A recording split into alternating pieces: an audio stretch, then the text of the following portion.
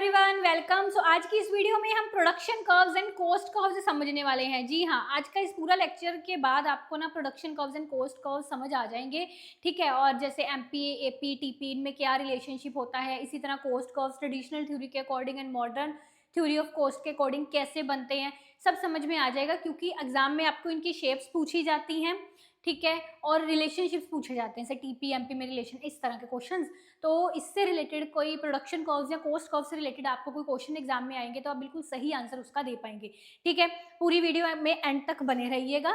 और आपको बता दूं कि हमारा जो नेट इकोनॉमिक्स का जून 2026 का बैच जो है लाइव चल रहा है एप्लीकेशन पर। इसके अलावा set, PGT, lecturer, assistant professor economics के तमाम कोर्सेज हमारी एप्लीकेशन पर अवेलेबल हैं with best guidance, best resources, best faculty, ठीक है जी।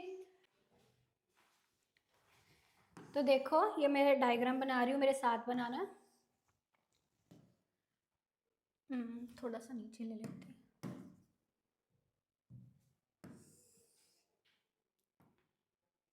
टीपी कर्व इंक्रीज हुआ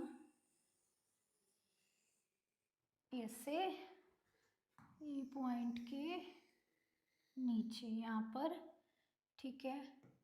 यहाँ पे एमपी को मैक्सिमम करते हैं, ठीक है, एमपी को मैक्सिमम ऐसे। और ये जो आपका फर्स्ट स्टेज का एंड है लगभग यहाँ पर होगा।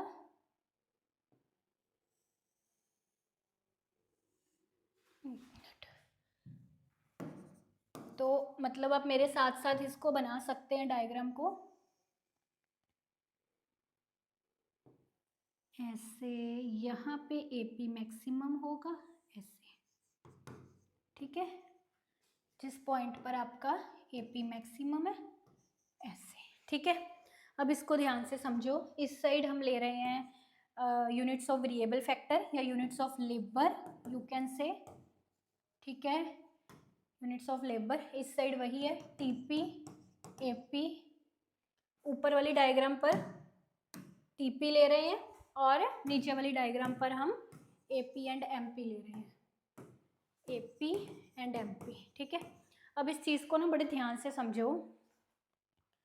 क्या हो रहा है कि आपका फर्स्ट स्टेज का एंड ना ये है, that basically this is your first stage, this is your second stage, this is your third stage, ठीक है।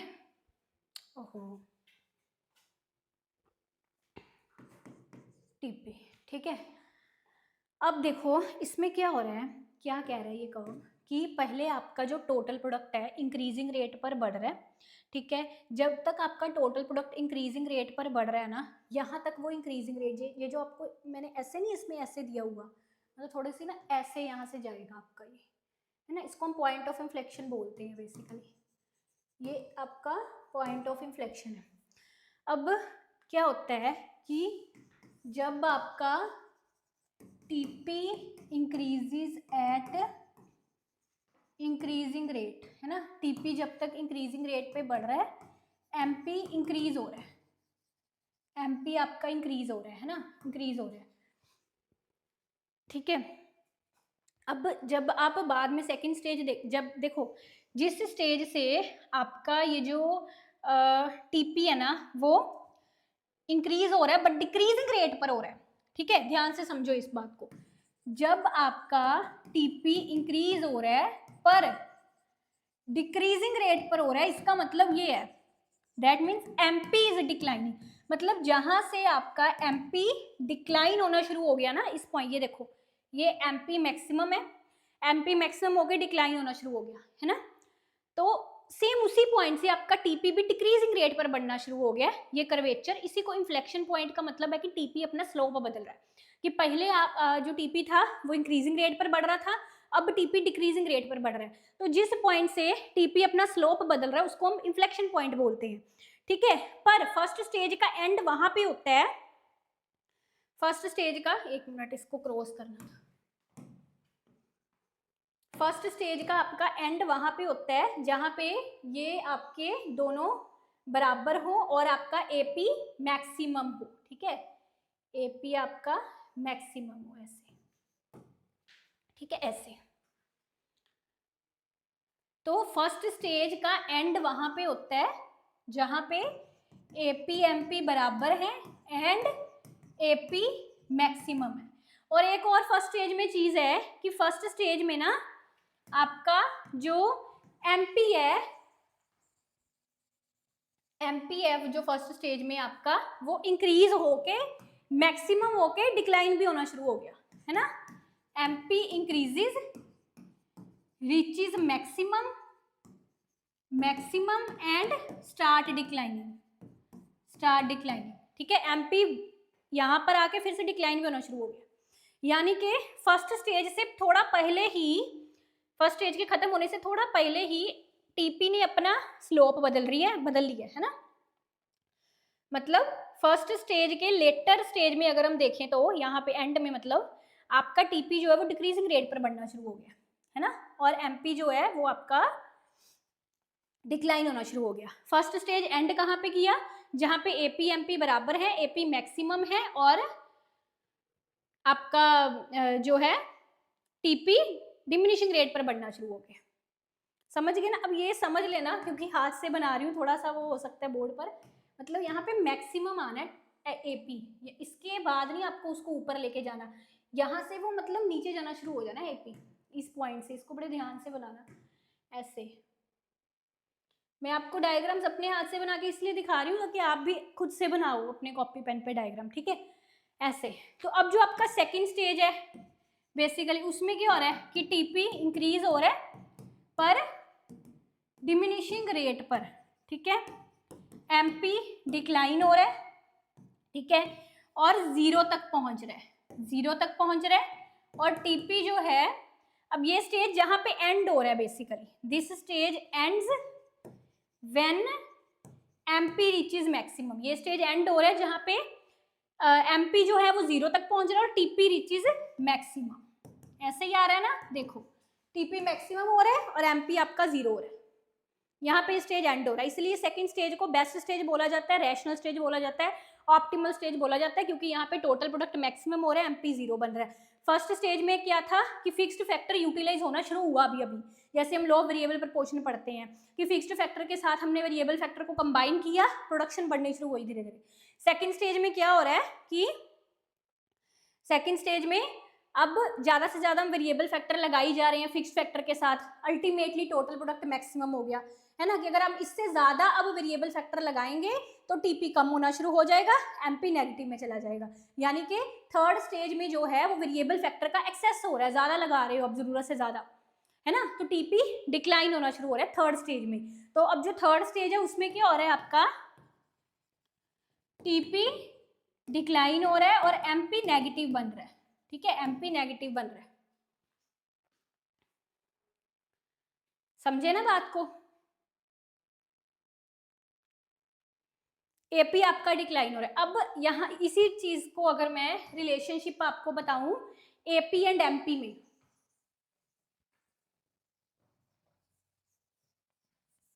एपी एंड एमपी में क्या रिलेशन हो रहा है,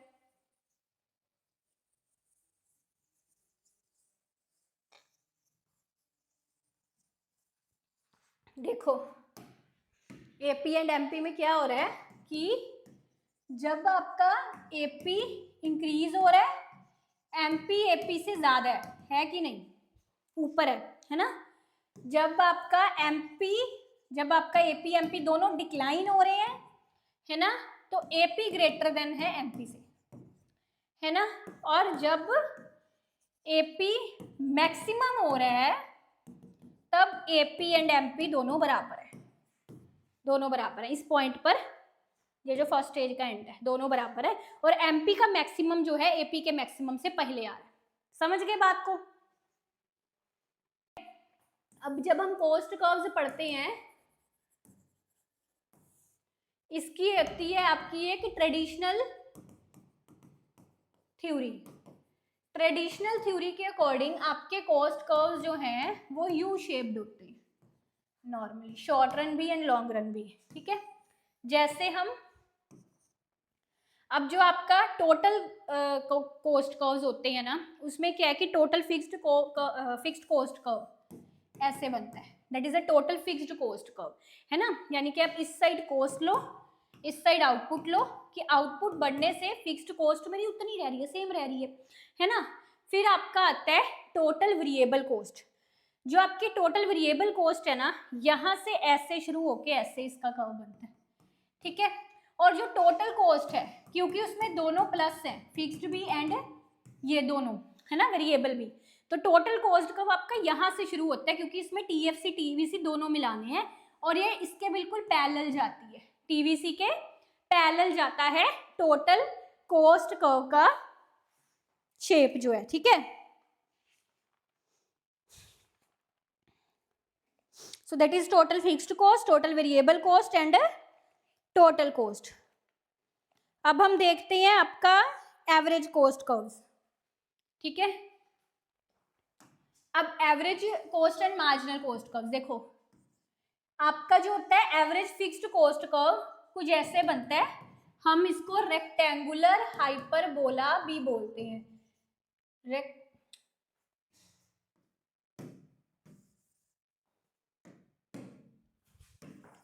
रेक्टेंगुलर हाइपरबोला भी बोलते हैं, क्योंकि देखो लगातार डिक्लाइन हो रहा है but never touch the axis. देखो क्यों, देखो ये आपका टोटल फिक्स्ड कॉस्ट में क्या हो रहा था कि आउटपुट बढ़ रहा था, है ना, पर टोटल फिक्स्ड कॉस्ट आपका सेम रह रहा था। दैट मीन्स अगर मैं एवरेज फिक्स्ड कॉस्ट निकालूंगी तो ये लगातार डिक्लाइन ही तो होगी, और क्या होगी, 10/2 10/3, क्योंकि देखो डिनोमिनेटर बढ़ता जा रहा है, न्यूमिनेटर सेम रह रहा है। That means average fixed cost आपकी लगातार डिक्लाइन होती जाएगी, ठीक है। सो दैट इज पूछा जाए एवरेज फिक्स्ड कॉस्ट जब लगातार डिक्लाइन होती है बट नेवर टच एक्सिस, इसको हम रेक्टेंगुलर हाइपरबोला भी बोलते हैं, ठीक है जी। अब आपका आ गया टोटल वेरिएबल कॉस्ट, ये यू शेप्ड होता है ऐसे, एवरेज वेरिएबल कॉस्ट, ठीक है। इसके बिल्कुल ऊपर बनेगा आपका एवरेज कॉस्ट। एवरेज कॉस्ट देखो, पहले एवरेज वेरिएबल कॉस्ट का मिनिमम पॉइंट आता है, अच्छा सारे एक डायग्राम पर नहीं बनाती, फिर वो कंफ्यूजन हो जाएगी। एवरेज फिक्स्ड पता चल गया ना, अब हम average variable and average cost देखते हैं।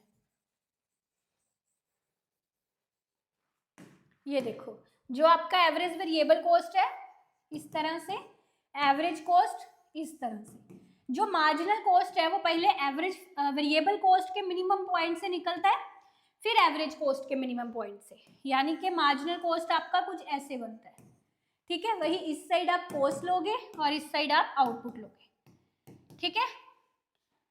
So that is average variable and average cost.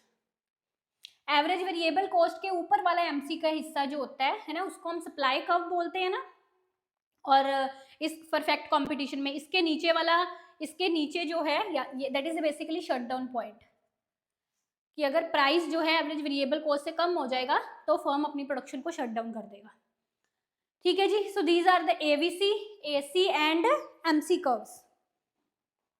अब अगर यही कर्व्स मुझे लॉन्ग रन में बनाने हो, बस फर्क होता है कि जो लॉन्ग रन कर्व्स होते हैं वो ज्यादा फ्लैटर होते हैं शॉर्ट रन कर्व से, ठीक है, वो ज्यादा फ्लैटर होते हैं।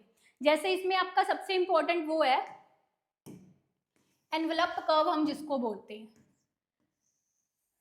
That is a long run average cost curve, ठीक है। अब इसमें क्या किया, short run average cost curves को मिला के बनता है।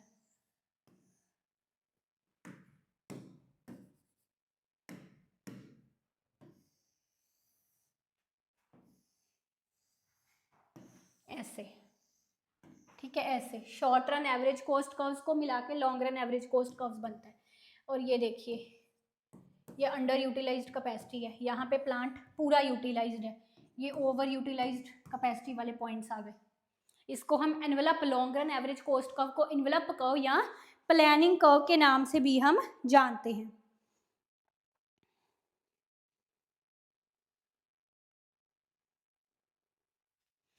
सो यहाँ पे प्लांट्स अपनी फुल कैपेसिटी से कम यूटिलाइज्ड है इन पॉइंट्स पर, क्योंकि मिनिमम पॉइंट से पहले यहाँ पे टेंजेंट हो रहा है ना, यहाँ पे फुल कैपेसिटी पे प्लांट यूटिलाइज्ड है, that represent over utilized capacity, जो मिनिमम में एंड इस पॉइंट में डिफरेंस है, ठीक है ना।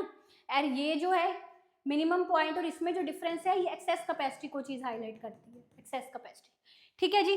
अब इसके बाद हम करते हैं मॉडर्न थ्योरी के accordingly cost curves, modern theory के अकॉर्डिंगली। अब मॉडर्न थ्योरी में कहता है कि जो आपके शॉर्ट रन कॉस्ट कर्व्स होते हैं वो सोसर शेप्ड होते हैं, सोसर शेप्ड होते हैं, ऐसे ऐसे ऐसे ऐसे, सही नहीं बना है ना,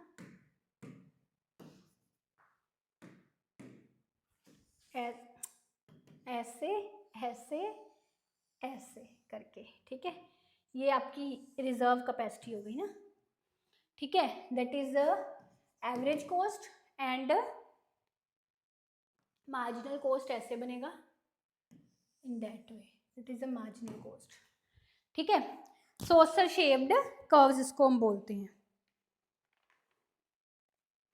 ये शॉर्ट रन है, that is a basically short run को average cost curve and short run marginal cost curve, ठीक है। अब इसमें क्या है, ये चीज जो है जिस पार्ट में ये कर्व्स फ्लैक्टर जा रहे हैं, मतलब ना ही जिस पार्ट पे कॉस्ट डिक्लाइन हो रही है ना ही बढ़ रही है ना, इन पॉइंट्स पर क्या होता है, इसको हम बोलते हैं कि यहाँ पर रिजर्व कैपेसिटी जो है वो यूटिलाइज की जाती है। यानी कि जो अनयूज्ड कैपेसिटी में है कि फर्म ने कुछ कैपेसिटी रखी हुई है कि जब मतलब अभी वो जैसे मान लो 70% कैपेसिटी यूटिलाइज कर रहा है ना, उसमें कुछ कैपेसिटी रखी हुई है कि अचानक जब डिमांड बढ़ जाएगी तो 30% में कैपेसिटी रिजर्व करके रखता हूँ, अनयूज्ड कैपेसिटी है। जब एकदम से डिमांड बढ़ गई तब उसने ये रिजर्व कैपेसिटी को यूज किया है ना, तो अब वो जो 30% है वो यूज किया जा रहा है, नई मशीन्स नहीं कोई हायर की जा रही, कोई नई मशीन्स पर इन्वेस्टमेंट नहीं लग रही, यानी कि कॉस्ट नहीं बढ़ रही, कॉस्ट बढ़ाए बिना है ना वो जो अनयूज्ड कैपेसिटी है उसको यूज किया जा रहा है। तो यानी कि यहाँ पर आउटपुट बढ़ रहा है पर कॉस्ट नहीं बढ़ रही है ना, तो that highlights basically reserve capacity, ठीक है जी। अब इसके बाद आपके आता है long run average cost curve. Modern theory चल रही है ना, ये शॉर्ट रन किए थे ना, मॉडर्न थ्योरी में जो आपका लॉन्ग रन कॉस्ट कर्व होता है इस तरह से उसको दिखाते हैं, एल शेप्ड कर्व, जिसको हम लर्निंग कर्व भी बोलते हैं, कि भाई बाय एक्सपीरियंस फर्म सीख जाता है कि अपनी कॉस्ट को कम कैसे मेंटेन करना है, कॉस्ट को बढ़ने से कैसे रोकना है, ठीक है। बाय एक्सपीरियंस फर्म सीख जाता है कि कॉस्ट को बढ़ने से कैसे रोकना है, तो that is a long run average cost curve, ठीक है। अब इसके रीजंस क्या हैं, लर्निंग इफेक्ट वही चीज है जो मैंने बताया, बाय एक्सपीरियंस सीख रहे हैं कि कॉस्ट को कम कैसे रखना है। फिर इकोनॉमीज ऑफ स्केल के कारण भी कॉस्ट कम रहती है, ठीक है। जैसे हमने ये अभी पीछे यू शेप्ड कर्व्स बनाए थे ना, ये यू शेप्ड कर्व्स है ना, इसमें मैं अभी आपको आगे रिलेशनशिप समझाती हूँ। जैसे ये मैंने बनाया था एसी कर्व, ये एमसी। अब इसमें भी यही था कि जो कॉस्ट कम होती है वो इकोनॉमीज ऑफ स्केल के कारण होती है, जो कॉस्ट बढ़ती है वो डिस इकोनॉमीज ऑफ स्केल के कारण बढ़ती है ना। अब economies of scale diseconomies of scale ये अलग कंसेप्ट है, मैंने अलग वीडियोस में समझाया हुआ है, ठीक है। तो अब इनमें रिलेशनशिप भी देख लो, जैसे क्या हो रहा है इसमें कि जब दोनों डिक्लाइन हो रहे हैं, दोनों डिक्लाइन हो रहे हैं AC and MC, MC is below AC when AC is falling, जो एमसी है दैट इज बिलो, मतलब वो एसी से बिलो है, आप ऐसा कह सकते हो MC is less than AC, है ना, यही है। और जब व्हेन एसी इज राइसिंग, जब एसी बढ़ रहा है और एसी एमसी दोनों बढ़ रहे हैं है ना, तब एमसी इज अबव एसी, यानी कि तब एमसी ग्रेटर देन है आपके एसी से, है ना। और तीसरा पॉइंट, जब एसी मिनिमम है, एसी मिनिमम है, तब आप याद करो ये सेम चीज हमने जब प्रोडक्शन कर्व्स में करी थी तो उल्टी करी थी, है ना। तब क्या हो रहा था कि जब एवरेज प्रोडक्ट मैक्सिमम है तब एपी एमपी बराबर है, यहाँ पे क्या हो रहा है, when AC is minimum AC is equal to MC. यहाँ से आपको एक चीज समझ आई, ड्यूलिटी, यानी कि जो हमने प्रोडक्ट कर्व्स बनाए थे उसका शेप कुछ ऐसे था, जो हमने कॉस्ट कर्व बनाए उसका शेप कुछ ऐसे। अब यहाँ पे बात समझो, इकोनॉमीज ऑफ स्केल के कारण कॉस्ट कम होती है और प्रोडक्शन बढ़ती है, ठीक है, रिटर्न्स बढ़ते हैं जो हमने पढ़ा था एपीएमपी में, है ना। और डिस इकोनॉमीज ऑफ स्केल के कारण कॉस्ट बढ़ रही है और प्रोडक्शन कम हो रही है, रिटर्न्स कम हो रहे हैं, that is a duality of cost and production, ठीक है। That means law of diminishing, ये कॉस्ट जब डिमिनिश हो रही है ना, production increase, law of increasing returns, cost जब बढ़ रही है that means law of increasing cost is corresponding to law of diminishing returns. बात समझे, cost increase returns diminishing, cost decrease returns increasing, समझ गए बात।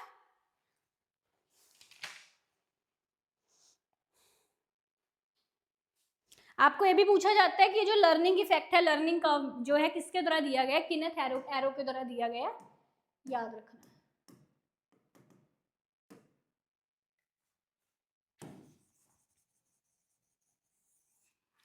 तो ये थे आपके production and cost curves. I hope आपको समझ में आ गए होंगे, अच्छा लगा होगा लेक्चर। मुझे कमेंट्स में ज़रूर बताना इस तरह के इकोनॉमिक्स के कौन कौन से कंसेप्ट्स आप समझना चाहते हैं। Best of luck, thank you.